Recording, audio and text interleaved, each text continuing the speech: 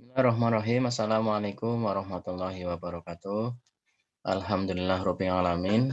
Hari ini kita bisa bertemu untuk melakukan pembelajaran secara online berkaitan dengan pelajaran akidah akhlak.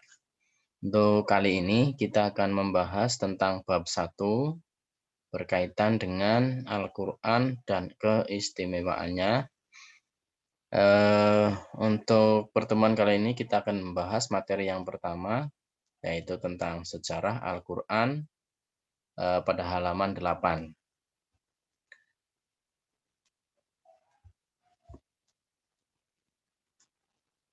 Seperti yang kita tahu, saya yakin anak-anak sekalian sering mendengar, bahkan mungkin sudah pernah mendapatkan pelajaran di kelas 7, bahwasanya Al-Quran diturunkan oleh Allah Subhanahu wa Ta'ala kepada Nabi Muhammad dalam jangka waktu kurang lebih 23 tahun.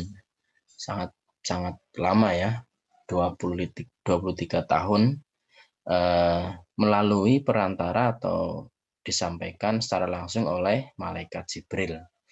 Proses penyampaiannya ini berangsur-angsur, artinya tidak sekaligus Nabi Muhammad itu mendapatkan Al-Quran seperti yang kita kenal sekarang. Kalau anak-anak sekalian membaca Al-Quran, tentunya kan dalam satu Al-Quran itu terdiri dari banyak sekali ayat, mulai dari surat Al-Baqarah sampai kemudian yang surat yang terakhir. Nah, pertama kali diturunkan ayat atau Al-Quran itu dimulai dari bulan Ramadan ketika Nabi Muhammad itu sedang melakukan, kalau bahasa kita di daerah kita mungkin sedang melakukan semedi atau bertapa. Semedi atau bertapa ini dikenal dengan istilah bertahanus atau menyendiri. Menyendiri di Gua Hiro hingga kemudian malaikat Jibril datang dan kemudian memberikan wahyu di situ. Kita kenal wahyu yang pertama kali turun pada saat itu adalah surat, nanti akan kita bahas selanjutnya. Dan kemudian selain dari pertama kali turunnya wahyu pada saat di Gua Hiro, kemudian berangsur-angsur hingga wahyu terakhir ketika sedang melaksanakan haji wada. Ada banyak sekali surat-surat dan ayat-ayat Al-Quran yang diturunkan secara bertahap kepada Nabi Muhammad SAW. Dan hal ini dijelaskan oleh Al-Quran dalam surat Al-Isra ya, surat Al-Isra ayat 106. Yang artinya, dan Al-Quran itu telah kami turunkan secara berangsur-angsur, jadi tidak sekaligus langsung turun, agar kamu membacanya secara perlahan-lahan kepada manusia. Dan kami menurunkannya bagi bagian demi bagian. Jadi bertahap ya, bagian demi bagian. 1 ayat, 2 ayat, dan seterusnya. Kemudian setelah wahyu itu diterima, Nabi mulai membacakannya kepada para sahabat. Jadi pada saat itu para sahabat banyak yang merespon, ada yang percaya, ada yang tidak percaya, bahkan ada yang mengatakan Nabi itu mungkin kurang sehat atau kurang waras ya, karena mendapatkan wahyu. Nah, para sahabat pada saat itu diperintahkan untuk mencatat. Nah, catatan pada saat itu tidak seperti sekarang, bisa dicatat di kertas dan sebagainya. Tapi beberapa di antaranya adalah dicatat di atas kayu, kemudian pelepah kurma, kemudian ada juga di batu, di tulang unta, dan lain sebagainya.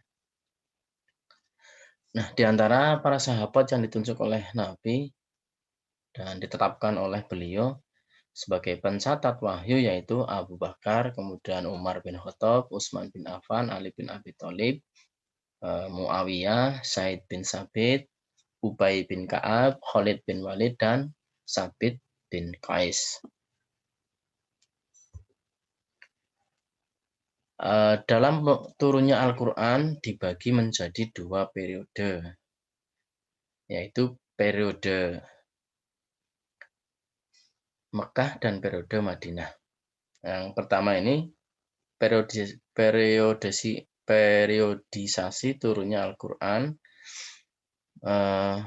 Para ulama, khususnya ulumul Al-Quran, membagi sejarah turunnya Al-Quran dalam 2 periode.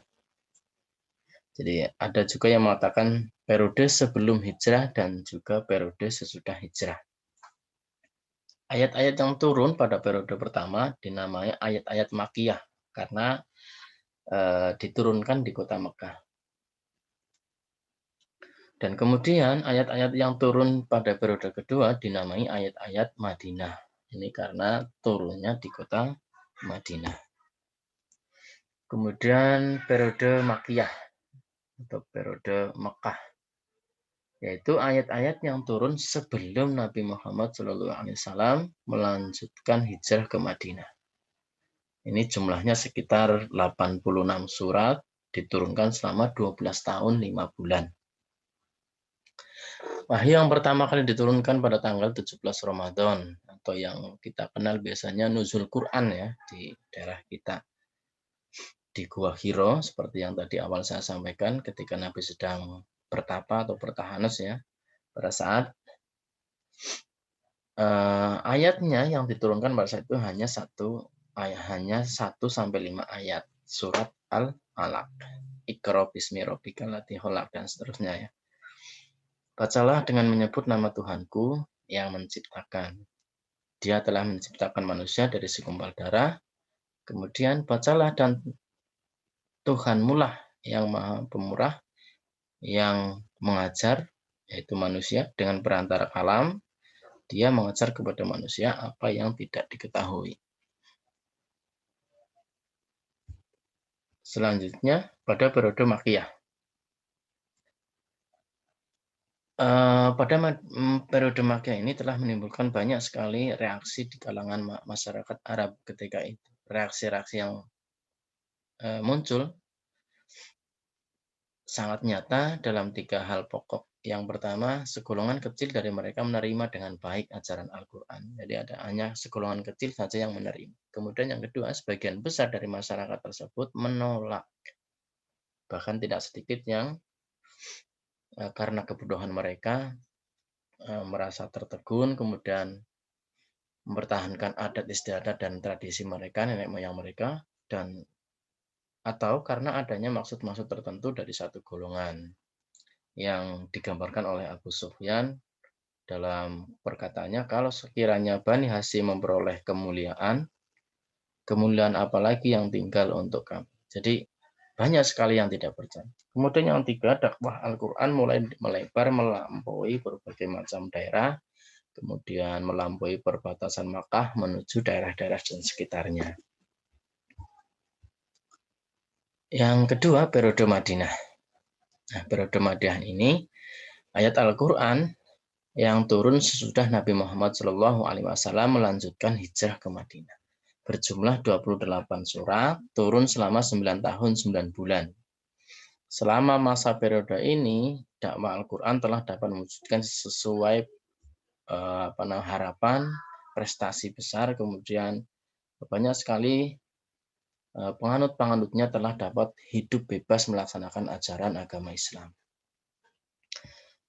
Ya, tentunya pada saat itu dilaksanakan di kota Yasrib ya, yang kemudian diberi nama Al-Madinah Al-Munawwaroh atau dikenal dengan kota Madinah.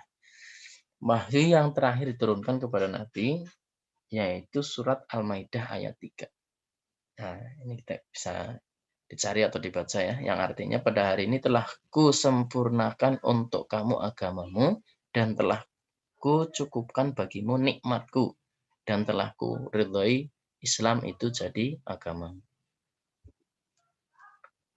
Baik, anak-anak sekalian, barangkali dalam saya menyampaikan tadi terlalu cepat atau terlalu kurang jelas, nanti bisa dilihat lagi, diputar lagi videonya pada channel ini. Yang perlu diperhatikan adalah di akhir pertemuan ini saya memberikan tugas kepada kalian, silahkan tulis nama, kemudian kelas di kolom komentar dengan menyertakan jawaban berkaitan dengan pertanyaan yang akan saya sampaikan.